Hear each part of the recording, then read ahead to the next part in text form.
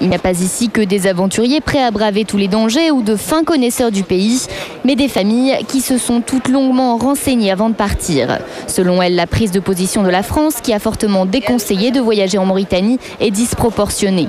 Je ne vais pas succomber à la psychose, tout simplement. Je sais que s'il y a un problème, je peux reprendre l'avion. Donc, je vais vous dire, non, Al-Qaïda n'est pas derrière tous les grains de sable, je ne pense pas. Donc, non, je vous assure, je ne suis pas du tout inquiète. J'ai regardé quelles étaient les nouvelles, effectivement, sur Internet, et je n'ai rien vu de neuf. J'ai vu avec l'association, il n'y avait rien de neuf. Il n'y avait aucune raison de ne pas annuler le voyage par rapport à ce qui se passait avant. Et je ne vois pas pourquoi je l'aurais annulé là. Nous sommes encadrés avec des chameliers, un guide local, enfin on n'est pas indépendant. Vous savez, ça craint partout, là ou ailleurs.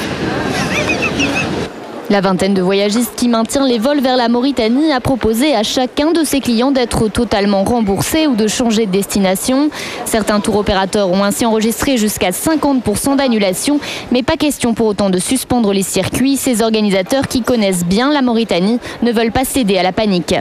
Les problèmes se sont produits hors zone touristique, se sont produits sur un groupe isolé malheureusement. Il n'y a pas d'éléments nouveaux qui ont été apportés les derniers jours qui permettent d'annuler la destination.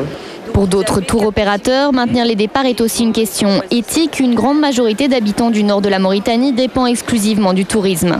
Qu'est-ce qui justifie qu'on puisse priver ces gens d'emploi? Voilà, nous, après, là, on n'a pas de raison, on n'a pas de motivation sécuritaire majeure pour l'instant pour arrêter. Et ça nous a été confirmé, je vous dis, par nos partenaires mauritaniens sur place et par le gouvernement mauritanien. Le tourisme rapporte à la Mauritanie 22 millions d'euros par an. En 2007, ce sont 80 000 personnes qui y ont voyagé.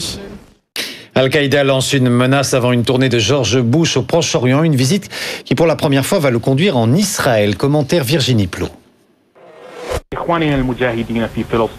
J'appelle nos frères moudjahidines en Palestine, dans la péninsule arabique et dans toute la région, à être prêts à accueillir le croisé, le bourreau Bush, au cours de sa visite en janvier dans la Palestine musulmane et la péninsule occupée.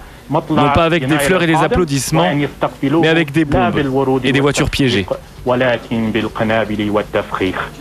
Cette menace mise en ligne aujourd'hui sur un site internet islamiste, c'est un Américain qui la lance. Adam Gaddan, alias Azam l'Américain, un Californien converti à l'islam en 1995, qui a ensuite épousé la cause d'Al-Qaïda et émigré au Pakistan. Gaddan est désormais l'un des porte-parole du réseau terroriste. Depuis 2004, il est apparu dans plusieurs vidéos pour se féliciter des attentats du 11 septembre et prédire de nouvelles attaques. Dans le reste de ce message d'une 50aine de minutes, intitulé « Invitation à la réflexion et à la repentance », il dresse un bilan des succès des moudjahidines et s'en prend particulièrement aux chefs d'État pakistanais, égyptiens et saoudiens, avant de terminer par des invocations pour la victoire des musulmans sur les juifs, les Américains et leurs alliés. Cette vidéo, dont l'authenticité n'a pas pu être établie pour l'instant, vise directement le président américain à 72 heures du début.